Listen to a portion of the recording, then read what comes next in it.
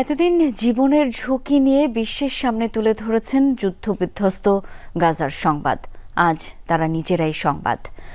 সোমবার ইসরায়েলের পৃথক 2 হামলায় নিহত হন 2 সাংবাদিক। খান ইউনিসে তেল আবিবের নির্বিচার বোমা বর্ষণে প্রাণ হারান প্যালেস্টাইন টুডের প্রতিনিধি মোহাম্মদ মনসুর। একই দিন বেইত লাহিয়ায় হামলায় মৃত্যু হয় আল জাজিরা রিপোর্টার হোসাম শাবাতের। ওয়ালটন টেলিভিশন মাত্র 25,490 টাকায় পাচ্ছেন গুগল টিভি।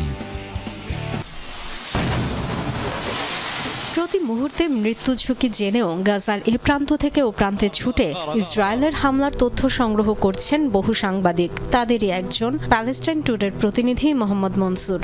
সোমবার খান ইউনিসে ইসরায়েলি বাহিনীর বর্বর হামলায় প্রাণ হারান এই তরুণ। কয়েক মাস আগেই 2 সাংবাদিক 19 বছর বয়সী হাসান, 27 বছর বয়সী ইসমাইলের মৃত্যুতে সামাজিক যোগাযোগ মাধ্যমে পোস্ট দিয়েছিলেন আল জাজিরার রিপোর্টার হোসাম শাবাত। বলেছিলেন ছেড়ে যাবেন না রণক্ষেত্র, রেখেও ছিলেন কথা। গত বছর নভেম্বরে ইসরায়েলি হামলায় আহত হওয়ার পরও পিছুপা হননি গাজার গণহত্যার খবর প্রচার থেকে। ক্রমেই আল জাজিরার জনপ্রিয় সংবাদকর্মী হয়ে ওঠেন শাবাত। গাজায় যুদ্ধবিরতির সুযোগে 1 মাস আগে মায়ের সাথে দেখা হয়েছিল।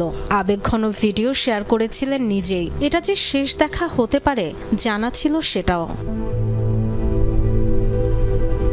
যুদ্ধবিরতি ভেঙে আবার আগ্রাসী ইসরায়েল।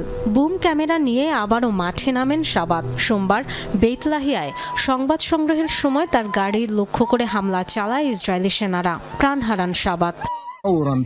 ইন্দোনেশিয়ান হাসপাতালের কাছে বিস্ফোরণের আওয়াজ পাই, দৌড়ে ছুটে যাই সেদিকে। তখনই দেখলাম আমাদের সহকর্মীকে টার্গেট করা হয়েছে।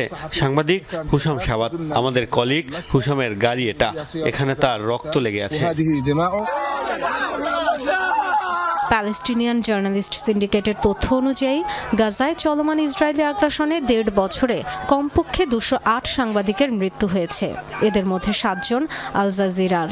এরপরও থেমে নেই শাবাতের মতো সাহসীরা। কিছুদিন আগেই মৃত্যু ভয় নিয়ে জানতে চাওয়া হয়েছিল শাবাতের কাছে। পাল্টা প্রশ্ন ছুড়েছিলেন, যতদিন গণহত্যা বোমাবর্ষণ চলছে থামা উচিত কি? আজ অবশ্য ইসরায়েলের বর্বরতায় তার হৃদস্পন্দনই থেমে গেল। Dorothy Thurston, Jamuna news.